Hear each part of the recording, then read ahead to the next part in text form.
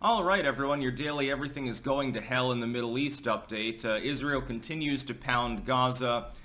As I pointed out yesterday, Gaza is effectively a non-entity. It has collapsed completely.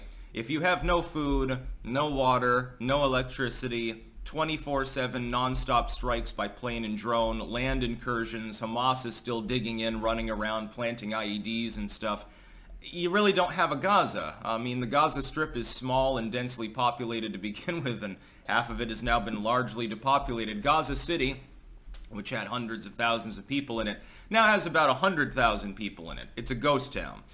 The remnant are people who are Hamas, people sympathetic to Hamas, and people being used as human shields by Hamas. They've been given, of course, today basically is the deadline to leave, which means the IDF may be proceeding to slaughter several tens of thousands of people in the next 24 hours.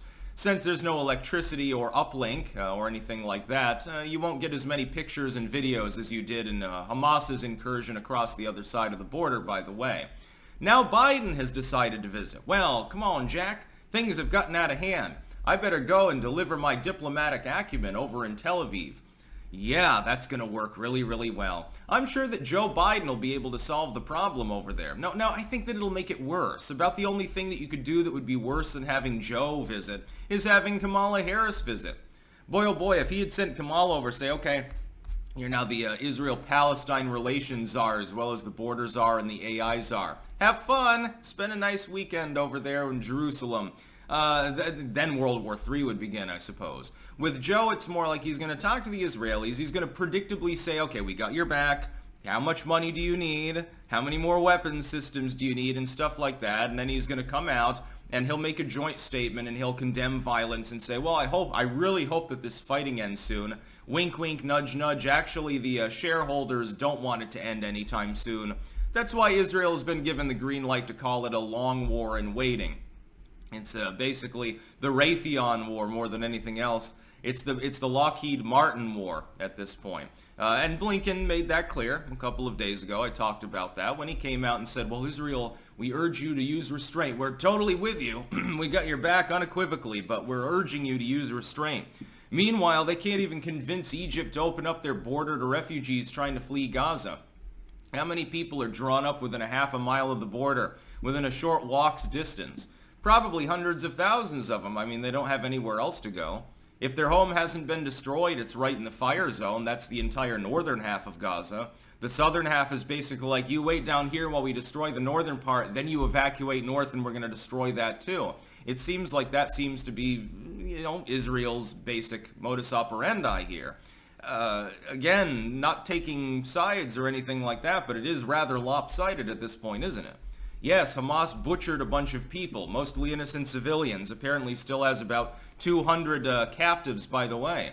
Well, those people are going to end up pit-bombed too if the IDF rolls in. They're not going to recover most of those people alive. Hamas will start executing them the second the tanks cross the border probably anyway. So no end in sight. Egypt can't unfuck itself. Biden's not going to unfuck anything. Again, you think that Joe Biden, chief diplomat of the United States, is going to have any meaningful impact? He's already made his point clear.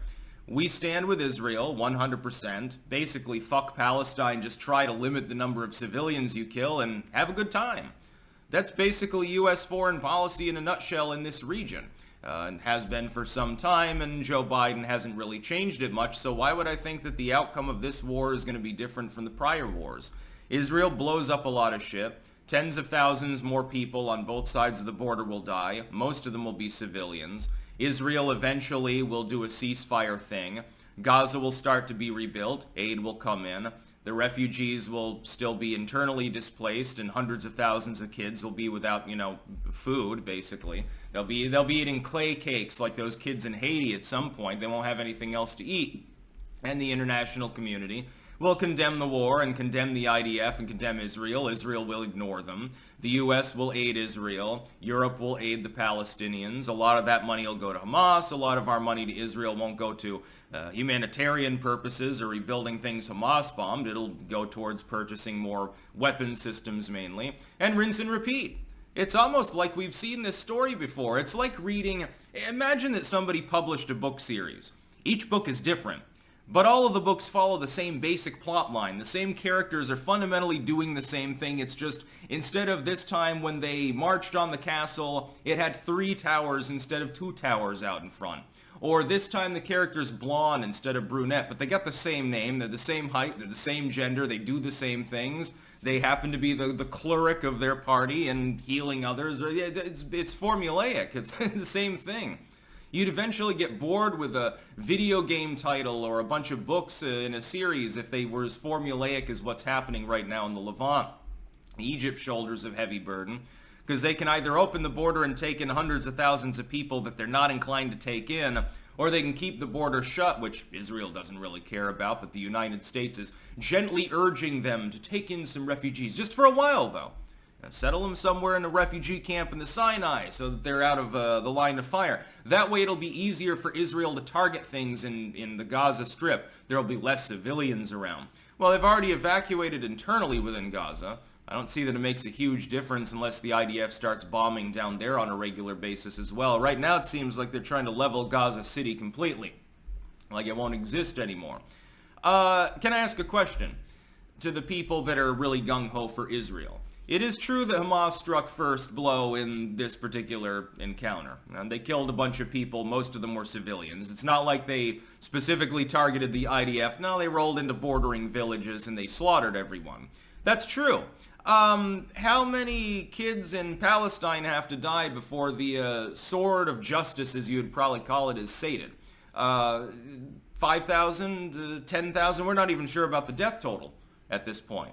I don't know how many people have died in Palestine. Hamas is going to give an inflated number. The IDF's going to give a rather diminutive one, and then it'll take 10,000 years for the UN to go in and give an estimate, and they won't even get an accurate one either. So I don't know how many people are dead in Israel. I have no clue. Neither do you. The IDF doesn't know. Hamas doesn't know either. They just slap an extra 0 on the number usually. Well, Biden is going to visit Israel. He's going to go and meet with Bibi over in Tel Aviv. I'm sure that that'll just be a great time. He'll be able to eat and drink champagne and eat caviar, and hopefully Jill's not around so he can have the extra nighttime scoop of ice cream. He'll be very happy about that, but it's not going to stop a war.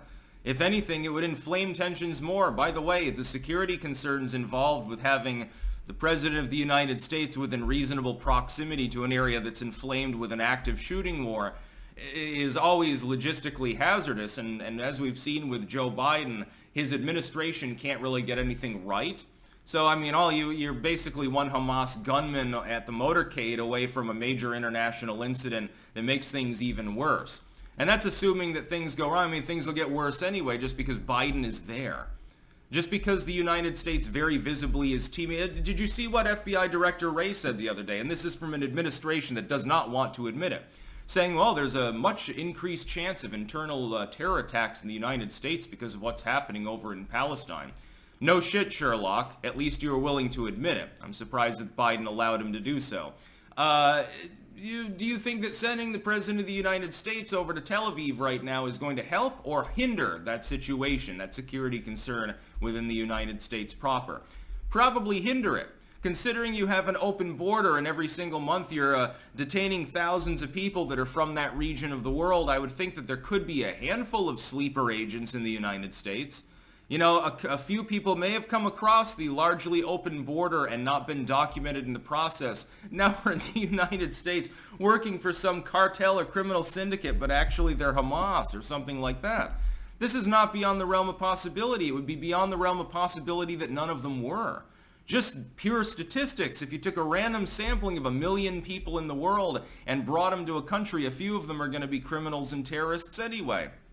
I use the term terrorist non-lightly because it tends to be thrown around for basically anyone that you disagree with too much.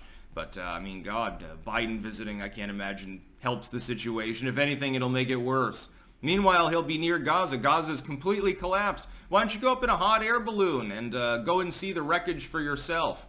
I don't think that Biden would have much of a reaction. After all, those are the dirty people. Those are the people that we don't like. They are bad, wrong, or badong. It's okay if we kill their kids. That's about all. Peace out.